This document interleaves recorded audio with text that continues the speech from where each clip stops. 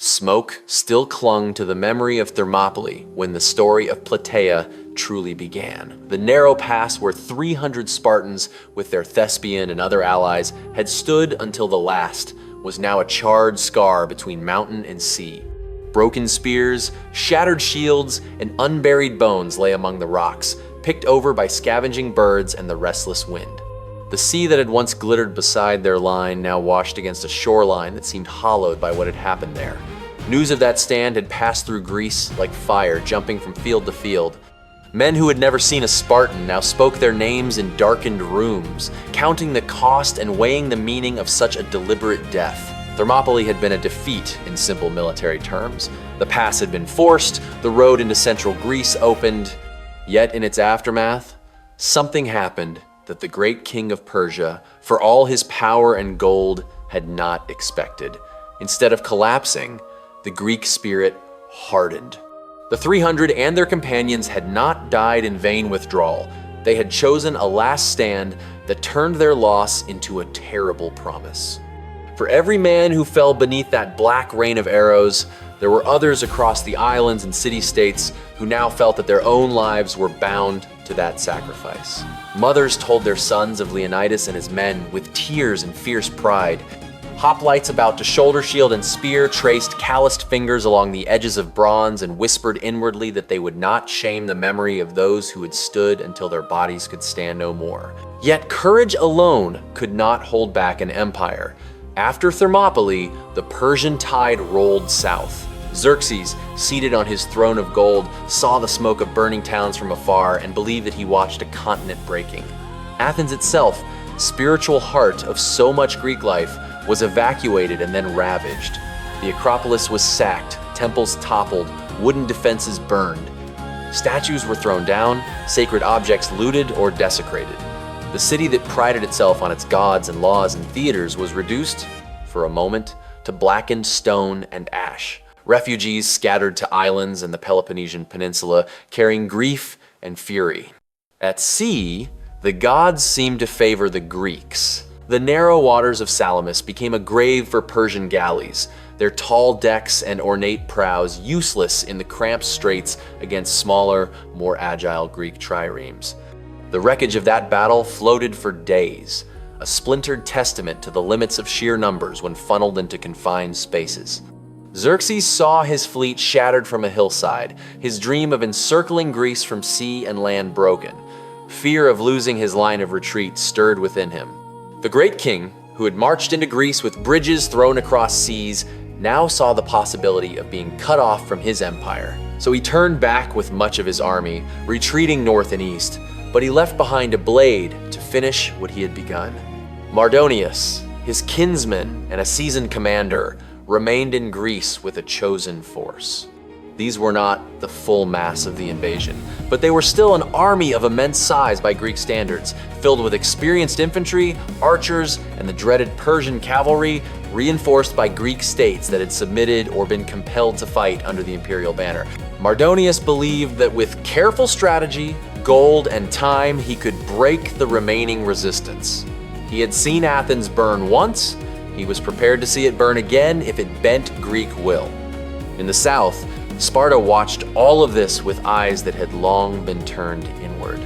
For generations, Sparta had built itself into a society whose core lay not in walls or fleets, but in its men. From childhood, Spartan boys had been taken into the agoge, hardened by hunger, cold, competition, and discipline, until their bodies became weapons and their minds were welded to the state.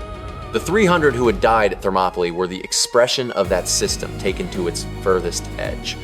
Until then, however, wide campaigns beyond the narrow sphere of Peloponnesian interests had been rare. Sparta was powerful, but cautious, governed by traditions that tied it to festivals and religious obligations and the constant need to control the helots who worked its land. Thermopylae tore at those restraints. News of Leonidas' death and the wiping out of the royal guard reached Sparta with the weight of both loss and legend. On one hand, the city mourned sons and fathers whose graves lay far from home. On the other, it saw that its name had become a rallying cry throughout Greece. The sacrifice at the hot gates had bought time and stirred hearts, but it had also exposed a truth. If Sparta continued to fight with half measures and limited expeditions, the Persian tide would eventually wash over everything. The Isthmus of Corinth, where walls were being thrown up in desperate haste, might hold for a season, but no wall could stand forever if the will behind it faltered. The burning of Athens a second time, after the Persians returned to Attica under Mardonius, shook the Greeks again. Mardonius tried diplomacy as well as fire. He sent envoys to Athens with offers of favorable terms: self-government under Persian suzerainty, restoration of lands, even help against traditional enemies. It was a lure backed by threats. Accept and live with honor and wealth. Refuse and see your land plundered again and again. The Athenians, who had taken refuge at Salamis and other places, debated and turned to their allies. To Sparta, they sent pleas and accusations both. Would the city that claimed to defend Greek freedom now allow Athens to be bought or broken, while Sparta stayed safely behind its walls? Within Sparta's council halls, the arguments were heated. There were those who believed that defending the Peloponnese alone was enough, that letting northern Greece fall was harsh but acceptable as long as Sparta itself remained unbowed. Others saw that such a stance would eventually leave them isolated, surrounded by a Persian-dominated mainland and dependent on a narrow strip of land for everything. Above these practical considerations, something harder to articulate began to weigh in the balance. A city that had produced men who died at Thermopylae could not now shrink from finishing the war. The shade of Leonidas seemed to stand behind every orator urging action. Finally, the decision was made. Tradition and hesitation gave way to a commitment unprecedented in Spartan history. They would send out almost the full strength of their citizen hoplites, supported by the Perioikoi, the free but non-citizen inhabitants of Laconia, and accompanied by tens of thousands of helots as support troops and light infantry. Around 5,000 full Spartan citizens, armored in bronze and carrying their heavy round shields, would march, joined by an equal number of Lacedaemonian hoplites from the surrounding communities, making roughly 10,000 men in the Spartan heavy infantry spearhead, an army larger and more complete than any Sparta had ever committed beyond the Isthmus. Behind and alongside them, allying Greek city-states contributed their own contingents. Athenians, Corinthians, Megarians, Tegeans, and many others answered the call, until the total force reached nearly 40,000 hoplites and perhaps twice that number of lightly armed troops and servants. This was not a raid. It was the assembled weight of the Greek mainland, moving as one under Spartan command. The march north was not a triumphal procession. The route led through lands still bearing the scars of previous battles, past towns emptied by evacuation or destroyed by fire, over roads churned by the passage of countless Persian feet. Farmers paused in fields, leaning on their tools, as the river of bronze and wood and flesh passed. Children stared open-mouthed, seeing more armor and spear points in a day than they had in a lifetime. For many, the sight of such numbers under one purpose was the first fragile evidence that the Persian tide might actually be turned. At the head of this army walked Pausanias, the Spartan regent, leading in the name of the young king whose father had died at Thermopylae. He carried not only the authority of Sparta, but the ghost of Leonidas' decision. He knew that if he failed, the sacrifice at the pass would become a story of noble but futile resistance. If he succeeded, Thermopylae would become the dark prelude to a blazing conclusion. In Boeotia, Mardonius watched the Greeks assemble with a mixture of irritation and calculation. He had expected that after Salamis and the burning of Athens, the Greeks would fracture. Some would accept Persian gold, others would withdraw into regional concerns, and the alliance that had opposed him at sea would dissolve on land. Yet here they were, marching out in numbers that surprised even their own leaders. Still, he was confident. His army was formidable, perhaps 70 to 100,000 strong, including Persian infantry, elite units from across the empire, archers, cavalry, and allied Greek forces from Thebes, Thessaly, and elsewhere. He believed, with reason, that in open ground his cavalry and archers would devastate the tightly packed phalanxes. He also knew that supply and terrain could be used as weapons. He did not need to crush them in a single stroke. He could bleed them dry. The two armies began a cautious dance in central Greece. The Greeks, mindful of the Persian cavalry's superiority on flat plains, sought higher, broken ground, hills and foothills where horses would lose much of their advantage. The Persians, eager to use their mobility, tried to lure them down. Near the Aesopus River, close to the town of Plataea, they found themselves in a tense stalemate. The Greeks held the slopes of Mount Cithaeron, where water sources were within reach and the terrain favored heavy infantry. The Persians occupied the plain below and built a fortified camp, a massive enclosure of earth and wood that served as both shelter and psychological anchor for their multitudes. Days turned into more than a week as neither side committed to full battle. Skirmishes flared at the edges. Persian cavalry probed the Greek lines, loosing volleys of arrows, testing their formation, cutting off supply routes from the mountain passes. One such raid cost the Greeks dearly in water, as cavalry attacks around the streams and springs forced them to shift positions. The killing of the Persian cavalry commander Mecistius in a skirmish, his richly armored body paraded before the Greek troops, lifted their spirits but did not break the stalemate. Each day, both armies performed sacrifices to the gods, seeking favorable omens. Each day, the signs warned against attacking first. Tension thickened like summer air before a storm. Within the Greek camp, supplies dwindled. The slopes of Cithaeron could not feed an army of tens of thousands indefinitely. Grain had to be brought up by long, vulnerable lines from the Peloponnese and other safe regions. Persian cavalry harried those lines, seizing wagons, cutting down drivers. Thirst and hunger gnawed at men's bellies as much as fear. Some city-state contingents grumbled, their resolve tested not only by the enemy in front of them, but by the constant strain of waiting under arms. In Spartans, the strain took another form. Their discipline demanded that they accept hardship in silence, but the memory of Thermopylae made patience more difficult. They had come to finish the war. Every day spent in stalemate seemed a day stolen from the vengeance they believed they owed their dead. Mardonius understood this and practiced his own kind of psychological warfare. He sent envoys again, promising favorable terms to individual cities if they would abandon the alliance. He made sure the Greeks could see the wealth and comfort of his camp, the gold and rich fabrics, the numbers of tents stretching across the plain like a second city. He wanted them to feel small, provincial, insignificant against the breadth of his master's power. At the same time, he pressed his cavalry abuses harder, seeking to starve them down off their high ground. Finally, necessity forced the Greeks to move. Unable to maintain their positions and supply lines, they planned a night withdrawal to more secure ground closer to Plataea, where water sources were better protected and the terrain still offered some advantage. Orders were given for the contingents to fall back in stages under cover of darkness, maintaining cohesion as best they could. But the night, with its confusion and fear, played tricks. Units became separated, some halted at different points, others pushed on too far.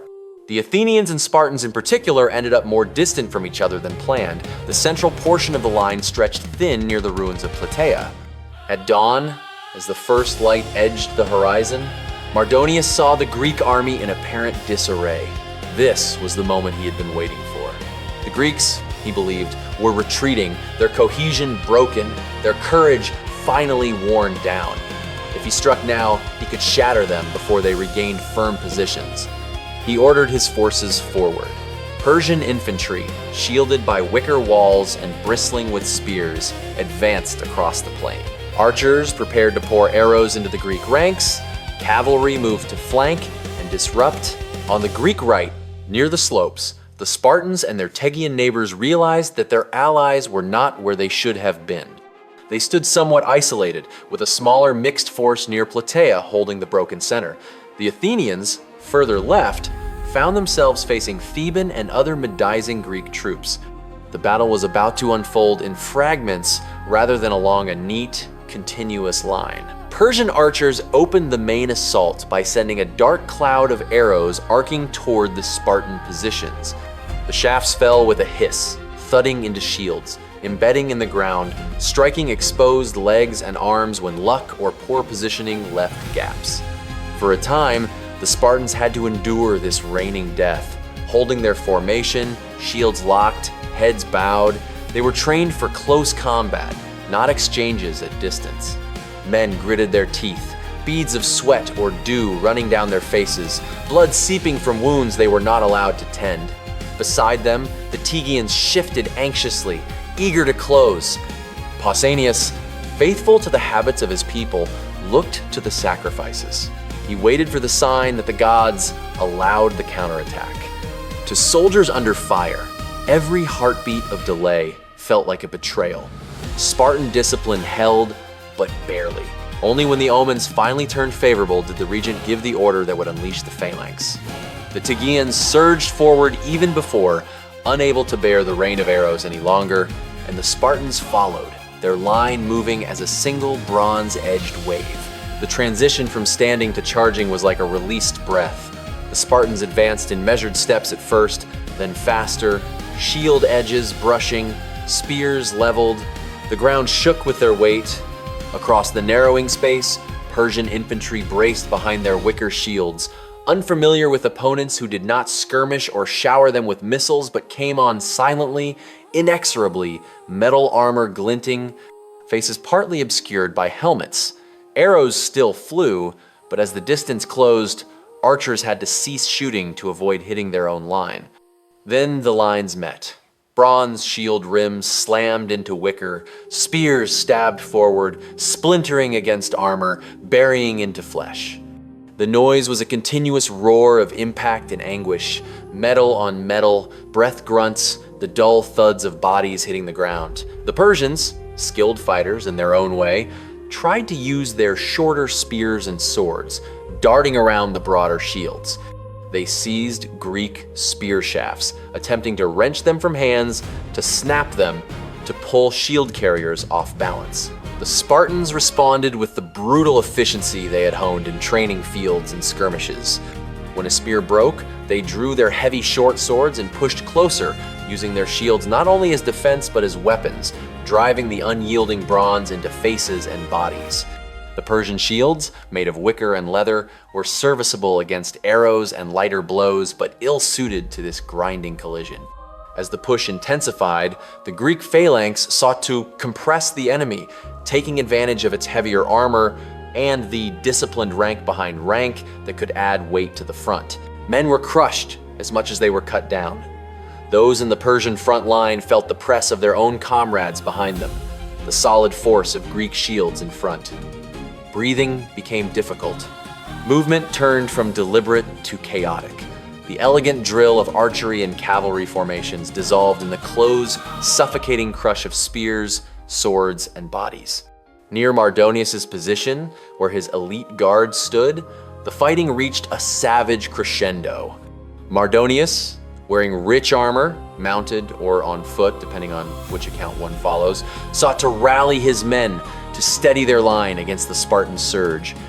Around him, his personal guard fought with desperate valor, determined to hold back the heavy armored enemy long enough for the rest of the army to tip the balance elsewhere.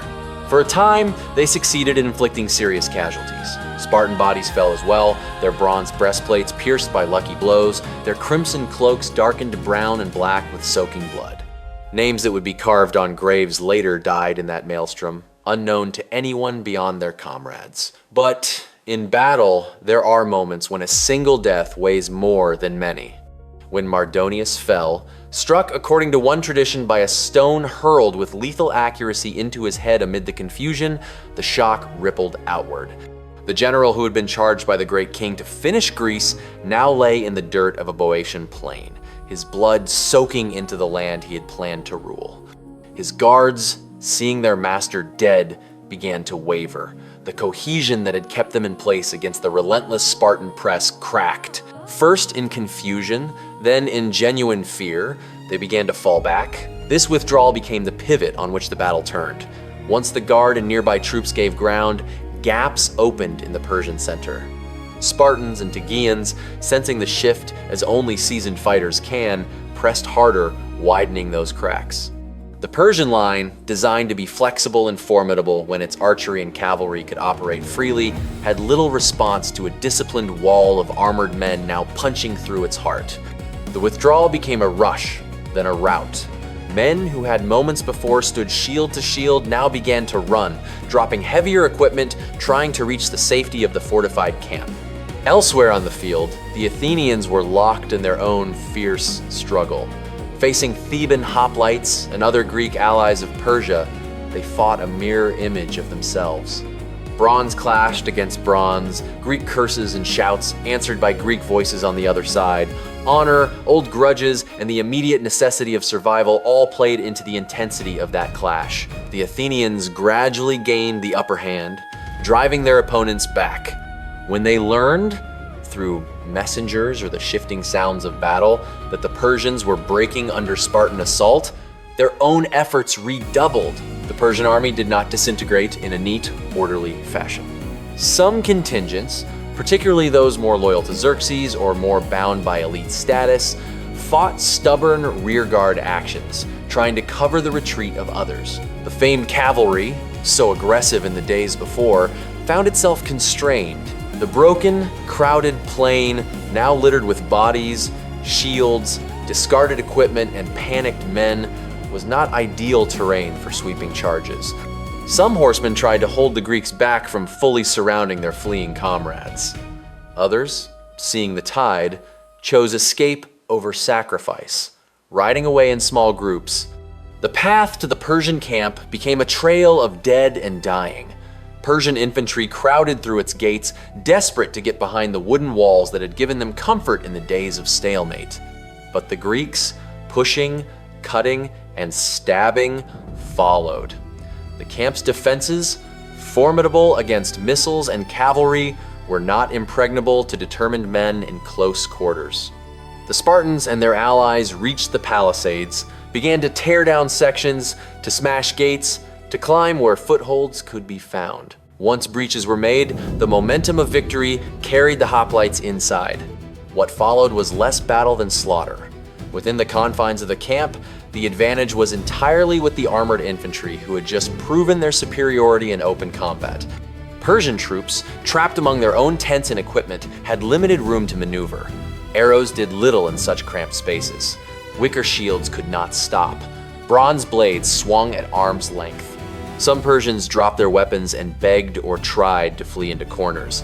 Others, cornered, fought wildly. Fire caught in the chaos, tents and supplies burning, smoke adding to the confusion. The wealth of the great king, stored in fine fabrics, furniture, vessels, and ornament, became loot and fuel both.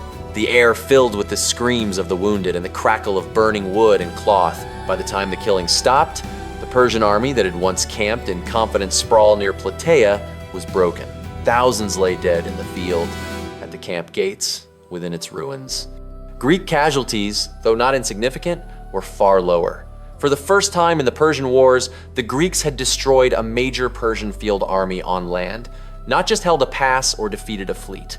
The invaders who had burned Athens and trampled Thermopylae now lay as corpses on Boeotian soil. Remaining units under commanders like Artabazos retreated northward as fast as they could, aiming to escape back to friendly territory and eventually to Asia.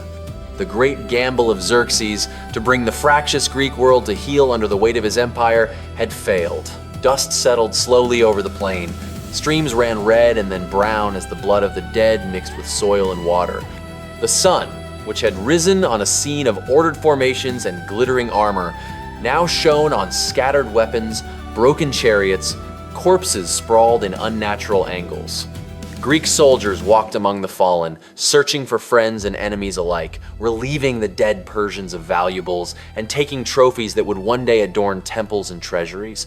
The scale of what they had done began to dawn on them in pieces. Here lay the remnants of a force that had seemed near invincible.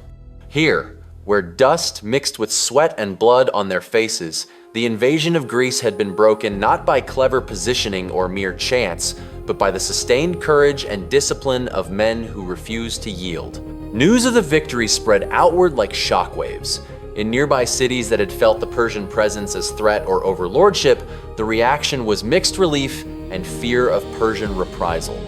In Athens, whose people had twice watched their city set alight, The victory at Plataea was a vindication that could not restore temples or homes, but could restore something deeper. The belief that their sacrifice had led to more than ruin. For Sparta, Plataea was more than just another victory. It was the answer to Thermopylae. In Spartan memory, Plataea and Thermopylae became linked, like wound and scar. The 300 who had died in the choking pass had held long enough for Greek fleets to gather, for alliances to form, for time itself to be gained. Their death had been a deliberate offering. At Plataea, the 10,000 Spartan and Lacedaemonian hoplites redeemed that offering with a victory so complete that even their enemies had to acknowledge it. The same society that had bred men willing to die to the last now showed what it could do when it committed its full strength to a battle it could win. A tradition of discipline and martial excellence, honed for centuries in regional wars and rigid training, had been projected onto a pan-Hellenic stage and had changed the fate of the Greek world. The immediate aftermath of Plataea saw the Persian camp stripped of valuables. Rich fabrics, gold and silver vessels, armor of exotic design, weapons, and fine horses all fell into Greek hands. From these spoils, dedications were made to gods across the Greek world. At Delphi, a bronze column forged from captured Persian armor was raised, crowned by intertwined serpents and inscribed with the names of the 31 city-states that had stood together at Plataea. This serpent column would later be taken to Constantinople, but its origin lay in that day when the Greeks dragged the wealth of the great king's army into their own sacred spaces. In Plataea itself and in many allied cities, tombs and monuments were raised to honor the fallen Greeks. Spartan dead were buried in separate graves, arrangements reflecting age and status. A festival dedicated to Zeus Eleutherios, Zeus of freedom, was established, with athletic contests in full armor commemorating the struggle. Plataea became a place of memory, not only for the local people, but for all Greeks who saw in that field the moment when they had collectively turned back an empire. Later travelers and writers would stand on that ground and recall not only the tactical maneuvers of generals, but the weight of the decision to stand and fight there rather than withdraw behind walls or accept submission. Strategically, Plataea ended the second Persian invasion of Greece. A twin naval victory at Mycale, off the coast of Asia Minor, destroyed what remained of Persian naval capacity in the region. Together, these engagements shifted the initiative from Persia to Greece. No longer were Greek leaders merely reacting to the movements of imperial armies and fleets. Now they could think of carrying the war east, of liberating Greek cities under Persian rule, of turning the hunter into the hunted. The years that followed would see the rise of the Athenian-led Delian League, the projection of Greek power into the Aegean and beyond. Without Plataea's decisive destruction of Mardonius's land forces, such ambitions would have rested on a far more precarious base. For Sparta, Plataea carved deeper grooves in its identity as the land power of Greece. The city that had long prided itself on its hoplites now had a victory of unmatched scale to point to whenever questions arose about leadership on land. A Spartan regent had commanded the greatest Greek army ever mustered and had delivered not only survival but a shattering triumph. This prestige, combined with their reputation for discipline and austerity, would make Sparta an almost unquestioned leader in matters of war for generations, even as Athens rose in naval strength and cultural influence. Yet the seeds of future tensions were also planted. The very confidence that Plataea fostered in different cities would eventually lead to rivalries over who had sacrificed more, who deserved more honor, who should lead. Emotionally, Plataea transformed the grief of Thermopylae. The story of the 300 now had a conclusion that did not end at the pass, but on a plain where their comrades and sons had stood in even greater numbers and broken the foe that had killed them. The Spartans at Plataea were not merely fighting for survival, though that was at stake, nor even for abstract freedom, though they would later phrase it that way. They were fighting with images burned into their minds. Leonidas dead among his men, bodies piled high in a narrow defile, the humiliation of being held back by religious calendars while others bled. Each stroke of spear and sword at Plataea carried the weight of those memories. Vengeance, tempered by discipline, gave their blows a force that cannot be measured only in muscle. The violence at Plataea was not clean or glorious in any romantic sense. Men died with lungs pierced, choking on fluid, with limbs severed, with faces disfigured by edged bronze. Shields split, outer layers of wood and bronze peeling back to reveal raw fiber. Sweat stung in cuts, making men blink and lose sight, sometimes for fatal instants. Dust rose under trampling feet, mixing with blood into a paste that clung to sandals and greaves, that dried in streaks on skin. The sun beat down on helmets that turned heads into ovens. Throats screamed until voices failed. Afterward, silence held for a time, heavy and almost unbearable, before the groans of the wounded seeped back into awareness. Yet, out of that brutality, a new balance of power emerged. The Persians, accustomed to seeing their armies march across vast territories with little lasting resistance, were forced to accept that this rocky peninsula at the edge of their empire could not be easily absorbed.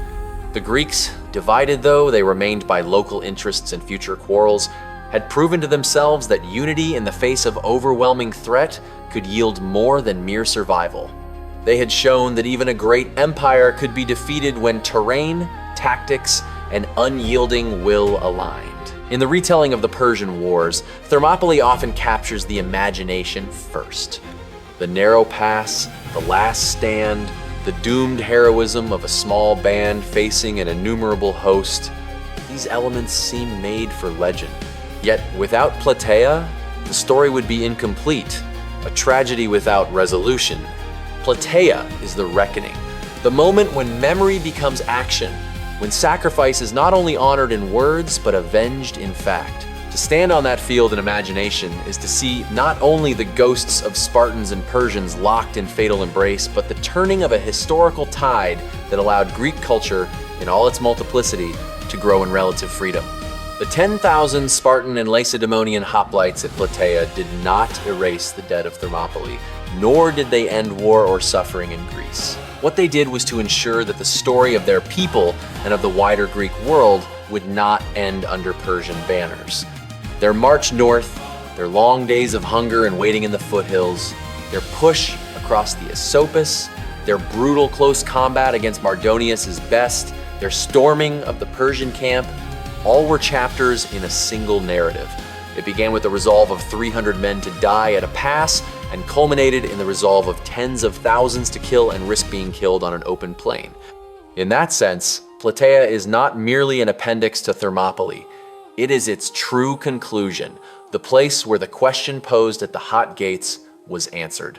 Are there things for which a man, a city, a coalition will stand even when odds seem hopeless? Thermopylae answered yes in death. Plataea answered yes in victory. Between those two fields lies the arc of a people's awakening to their own capacity for endurance and resistance, and it is along that arc that the Spartans, scarred by loss and hardened by tradition, became not only the men who died magnificently, but the men who killed effectively, ensuring that the memory of the 300 would be carried forward not as the end of an age, but as the dark opening of a story whose brightest page was written in dust and blood at Plataea.